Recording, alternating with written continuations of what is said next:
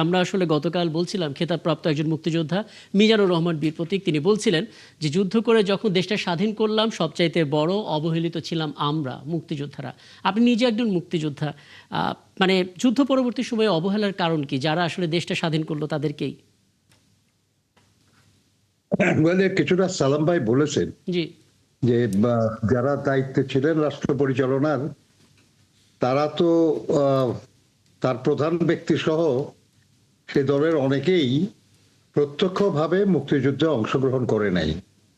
ফলে যারা প্রত্যক্ষভাবে মুক্তিযুদ্ধে অংশগ্রহণ করে দেশটাকে স্বাধীন করেছে, তাদের বিষয়ে বেশি আলোচনা, তাদেরকে গুরুত্ব দেওয়া, তাদেরকে সামনে আসতে দেওয়া, এটা তো রাজনৈতিকভাবে তাদের জন্য সুবিধাজনক ছিল না, ফলে তারা সেটা করে নাই। বাট এনিওয়ে, আমি একটু যেটা যাদবপুরের কথা বলছিলাম, সেখানে একটা কথা না বললে এটা অসম্পূর্ণ থাকবে। সেটা হলো সেই সময় সেখানে সেকেন্ড বেঙ্গল রেজিমেন্টের যারা দায়িত্বে ছিলেন, কমান্ডার ছিলেন লেফটেন্যান্ট কর্নেল মাসুদুল হাসান খান, যাকে জাহাঙ্গীর বাবর তার সাথে করে নিয়ে আসে এবং তাকে বন্দি অবস্থায় থাকতে হয়েছিল। মেজর শফিউল্লাহ টুআইসি ছিলেন। শফিউল্লাহ সাহেবের আগেই কিন্তু জিয়া রহমান সাহেব ছিলেন।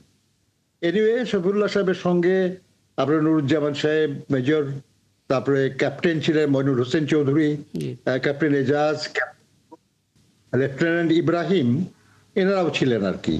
এবং তাদের নেতৃত্বে যেসব বাঙালি সৈন্যরা ছিল, তাদেরকে যখন নির্দেশ দেওয়া হয়েছিল আমাদের উপর গুলি করার জন্য, তারা কিন্তু সোজাসুজি গুলি করে নাই।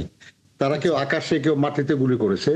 তখন জাহাঙ্গীর বাবর তাদেরকে সরিয়ে তার সঙ্গে আসা পাকিস্তানি আর্মিদেরকে হুকুম করছিল গুলি করতে, এবং তারা গুলি করছে। আমাদের অনেক লোকজন মারা গেছেন।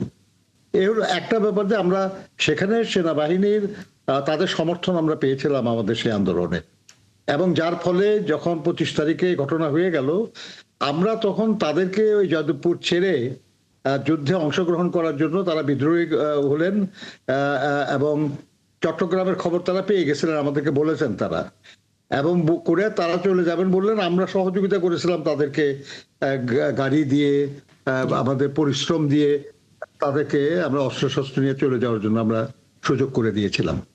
এবং এরা যে 3 নম্বর সেক্টর করলেন, এটা মনতলায়, আগরতলার কাছে মনতলায় তারা সেক্টর করলেন, একটা 3 নম্বর সেক্টর, যেখানে আমি মুক্তিযুদ্ধের শেষের দিকে, সেপ্টেম্বরের দিকে আমি সেখানে গিয়েছিলাম। আমাদের শ্রমিকরা, এরা চিটাগং থেকে, কুমিল্লা থেকে, ঢাকা থেকে যে শ্রমিকরা যেতেন যুদ্ধের করার উদ্দেশ্য নিয়ে, তাদেরকে কেউ সহযোগিতা করার ছিল না, যার জন্য আমরা এই পিআইডিসি গেরিলা ইউনিট করলাম। এবং আপনার আগরতলার জয়নগরে সেখানে একটা বাড়ি ভাড়া নিয়ে তাদেরকে আমরা ক্যাম্প করেছিলাম ওকে নিয়ে, এবং 3 নম্বর সেক্টরে নিয়ে, যেহেতু আমরা 3 নম্বর সেক্টরে আমরা সহযোগিতা করছিলাম তাদেরকে, সেজন্য তারা আমাদেরকে সহযোগিতা করলেন। আমরা শর্ট ট্রেনিং করে তাদেরকে আবার দেশে পাঠাইছিলাম যুদ্ধ করার জন্য। তো আমি এটা বলতে চাই আর কি, যে তখনও আমরা এই আলোচনাটা শুনেছি, যেটা পরবর্তী পর্যায়ে আমাদের মুক্তিযুদ্ধে অংশগ্রহণকারী আমাদের অনেক কমান্ডাররা বলেছেন, যে রাজনৈতিক নেতৃত্বের কাছে আমাদের বাঙালি যারা সেনা কর্মকর্তারা ছিলেন, তাদের অনেকে, ইনক্লুডিং জিয়াউর রহমান, তারা কিন্তু চেষ্টা করেছেন, তারা কিন্তু বারবার খবর দিয়েছেন, তারা অনুমতি চেয়েছেন, কিন্তু রাজনৈতিক নেতৃত্বের কাছ থেকে তারা কোনো সিগন্যালই পায় নাই। সম্মতি তো দূরের কথা, পায় নাই। তারা যদি পেত, তাহলে এই যে বিভিন্ন ক্যান্টনমেন্টে আমাদের যেসব বাঙালি সোলজাররা, অফিসাররা মারা গেছে, এটা হয়তো যেত না আর কি। এবং সবার প্রস্তুতিটা আরেকটু বেশি থাকতে পারতো, এবং আমরা আরো বিক্রম নিয়ে আমরা পাকিস্তানের আর্মির বিরুদ্ধে অবস্থান নিতে পারতাম। এরকম একটা পরিস্থিতিতে যখন একটা মানে অনিশ্চিত একটা অবস্থা, যখন একটা মানে কোনো সিদ্ধান্ত নিতে অসুবিধা হচ্ছে, সেই সময় জিয়াউর রহমান সাহেবের যে ওই রিভল্ট বলে যে উনি বের হয়ে গেলেন, যখন 27 তারিখে মানে রেডিওতে তার কণ্ঠ শুনলো মানুষ যে যুদ্ধ শুরু হয়ে গেছে, এটা কিন্তু একটা সাংঘাতিক ভূমিকা পালন করেছে।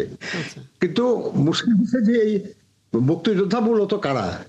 মুক্তিযোদ্ধা তো যারা আর্মি, যারা বিদ্রোহ করেছে, পুলিশে যারা বিদ্রোহ করেছে, তৎকালীন ইপিআর যারা বিদ্রোহ করেছে, এবং আপনার ছাত্র, শ্রমিক, সাধারণ মানুষ, যারা যুদ্ধ করেছে এরা তো হলো মুক্তিযোদ্ধা আর কি। একদম একদম কিন্তু এদের মধ্যে খুব কমই ছিল তৎকালীন যে রাজনৈতিক দল, প্রধান রাজনৈতিক দল, তাদের নেতাকর্মী কম ছিল। এখনো এটা বোঝা যায় যদি আপনারা হিসাব করে দেখেন যে অনেক ভুয়া মুক্তিযোদ্ধাকে তালিকাভুক্ত করা হয়েছে, তারপরেও জি। তাদের কিন্তু সংখ্যা খুব বেশি না। আচ্ছা। এই কারণেই আমরা তাদের কাছে মুক্তিযোদ্ধাদের মর্যাদা বা গুরুত্ব কম ছিল।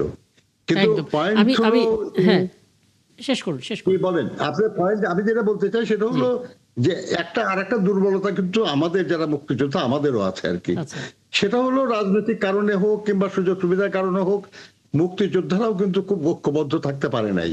একদম তারাও যদি ঐক্যবদ্ধ থাকতে পারতো তাহলে সম্ভবত এত অসম্মান এটা ভোগ করতে খুব হতো না। খুব চমৎকার একটা এখনো কথা আমি মনে বলেছেন। করি আমি হ্যাঁ আমি আসলে এই পয়েন্টটাই না, নিয়ে আমি এখনো মনে করি, এবং হ্যাঁ এটা আমাদের বিএনপির আপনার কর্মসূচিতেই আছে, নির্বাচনী ইশতেহার এবং কর্মসূচিতে যেটা আমরা শুরু করেছি কাজ আর কি। জি সেটা হলো এখনো আমাদের শহীদদের তালিকা হয় নাই।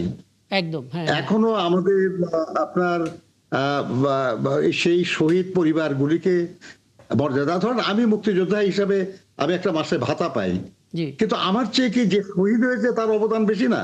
একদম হ্যাঁ তার পরিবার তো সুযোগ সুবিধা পাচ্ছে না।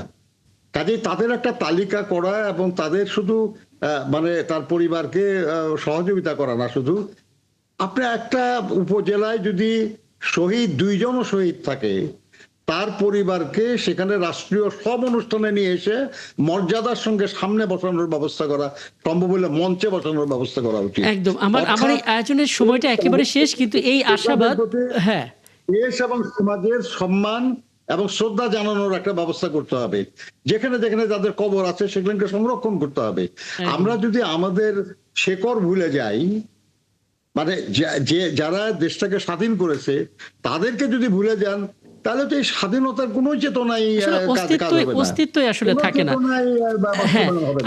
আমার এই তবে আয়োজনের আমি মনে করি এটা সময় খুব গুরুত্বপূর্ণ। হ্যাঁ সময়টা একেবারেই শেষ। আমি সব শেষ ছোট করে জনাব আব্দুল সালাম একটা মন্তব্য নিতে চাই তাদের জন্য যারা আসলে 71 এবং 24কে মিলিয়ে ফেলেন, বাংলাদেশ 2.0 বলার চেষ্টা করেন, তাদের জন্য ছোট করে দিয়ে আমি আলোচনা শেষ করি। আসলে কি অজ্ঞতা বলবো নাকি পাপ বলবো, কারণ 71 তো আমার জন্ম, 71 যদি না হতো আজকে বাংলাদেশ হতো, আর বাংলাদেশ না হলে তো আজকে 24-এর চিন্তাও করতে পারতেন না আপনি, একদম তাই না? তাই কাজে 71-এর সাথে তো 24-এর মিলের প্রশ্নই আসে না, তাই না? 71 আমাকে জন্ম দিয়েছে, এই দেশটার জন্ম দিয়েছে। তাই কাজে সেটা যেন আজকে অবশ্য আজকে তাহলে আমি 71-এর পরে তো মনে করেন 75 15ই আগস্ট ঘটেছে, 75-এর 7ই নভেম্বর ঘটেছে, তারপর 90-এর অভ্যুত্থান ঘটেছে, 55 বছরের তাই না? প্রত্যেকটা বছরই কম বেশি ঐতিহাসিক। না, ওইটা ঘটেছে, কিন্তু 71-ই কাজে যারা করে সেটা অন্তত আমি বলবো সেটা ঠিক না। আর আরেকটা হলো যে সবচেয়ে বড় যেটা কথা, যে একটা যুদ্ধ বলি বা বিপ্লব বলি, এটা মাসে মাসে বা বছরে বছরে হয় না, এটা চূড়ান্ত আন্দোলনের একটা শেষ পর্যায়ে এসে সেই যুদ্ধ বা বিপ্লবটা হয়। আমাদের দুর্ভাগ্য হলো এটাই যে যে সমস্ত দেশে যুদ্ধ বা এই সশস্ত্র যুদ্ধ বা বিপ্লব হয়েছে সেই সব পরীক্ষিত শক্তিটাকে দিয়ে দেশটাকে গড়ে তোলা হয়, কিন্তু আমাদের এখানে দুর্ভাগ্য এটাই যে আমরা যারা যুদ্ধ করেছি তাদেরকে সাইড লাইনে ফেলে যারা যুদ্ধের সাথে ছিল না তারাই এসে রাষ্ট্র ক্ষমতাটা দখল করার কারণে কিন্তু সেখান থেকে কিন্তু মানে বিভেদটা সৃষ্টি হয়ে গেল। এবং এই বিভেদের কারণেই কিন্তু এখন পর্যন্ত দেখেন সেই মুক্তিযুদ্ধের শক্তিটার উপরে বারবার আঘাত এসেছে। আজকে শহীদ রাষ্ট্রপতি জিয়া রহমানকে যদি হত্যা করা না হতো, তাহলে আজকে বাংলাদেশে মুক্তিযুদ্ধের যে চেতনা, মুক্তিযুদ্ধের যে স্বপ্ন উনি দেখেছিলেন বা দেখাচ্ছিলেন, তো কয়েক বছরের মধ্যে এই দেশ মালয়েশিয়া বা সিঙ্গাপুর হয়ে যেতে পারতো। তো এর জন্যই বলবো আমি আজকে ওই যে আপনার রক্ষী বাহিনীর প্রশ্নটা করছেন, রক্ষী বাহিনীটা কেন সৃষ্টি করা হলো? যে মুক্তিযুদ্ধের মধ্যে দিয়ে যে সেনাবাহিনীর জন্ম হয়েছে, আমি সেই সেনাবাহিনীকে খাটো করে প্যারালাল আরেকটা বাহিনী সৃষ্টি করা, এটা তো বুঝাই যায় যে আমার কি কারণ, আমার কারা সেটা মোরালি না, শুধু তার দেশটাকেই যাতে একটা স্বাধীন দেশ হিসাবে নিজের পায়ে দাঁড়াতে না পারে সেটার জন্য তো বিগিনিং থেকেই সেই ষড়যন্ত্রটা শুরু হয়েছে, যেটা বারবার এবং যে কারণে আজকে শহীদ রাষ্ট্রপতি জিয়াউর রহমান আসার পরে আজকে বিএনপি সৃষ্টি করেছেন, আজকে এই সেনাবাহিনীকে আজকে এই পর্যায়ে নিয়ে এসেছেন, আজকে এই যে পুলিশ বলেন বা সমস্ত বাহিনী বলেন, এগুলো কিন্তু জিয়াউর রহমানের সৃষ্টি। তো এর জন্যই বললাম যে সেই স্পিড নিয়ে কিন্তু বিএনপি এগোয়। আজকেও আমাদের নেতা, আমাদের প্রধানমন্ত্রী তারেক রহমান কিন্তু সেই স্পিড নিয়ে আগাচ্ছেন। এই আগাচ্ছেন বলেই কিন্তু তিনি ভয় পান নাই, তিনি ভয় পান না। এই কারণে আজকে মার্চ পাস্ট হয়েছে, কারণ তিনি যেন আমার দেশ, আমার স্বাধীন, এই সেনাবাহিনী আমার, এই পুলিশ আমার, এই জনগণ আমার, দেখেন না উনি একা হেঁটে চলে যায়। একদম, মানে তাই না? অনেক এটা কিছু হলো যে আসলে আমরা অর্থাৎ প্রথমবারের মতো দেখছি। দেশকে কনফিডেন্সে নেয়, দেশের মানে মানুষকে কনফিডেন্সে নেয়। তারা তো যানজটে- ভয় ছিল, যান- তারা মুক্তিযুদ্ধে ছিল না, এজন্য তারা ভয় পাইছে। একদম। ভয় কিন্তু বিএনপি বা বিএনপির নেতারা সেটা ভয় পায় না। এই জন্য আজকে বলবো, আজকে সময় দরকার। এই সময় যদি পায় তাহলে আজকে তারেক রহমান সাহেব অবশ্যই যে স্বপ্ন নিয়ে আমরা যুদ্ধ করেছি, যে স্বপ্ন এখনো আমাদের অধরা রয়ে গেছে, আজকের মাননীয় প্রধানমন্ত্রী তারেক রহমান যদি সময় পান, অবশ্যই সেই স্বপ্ন বাস্তবায়িত হবে।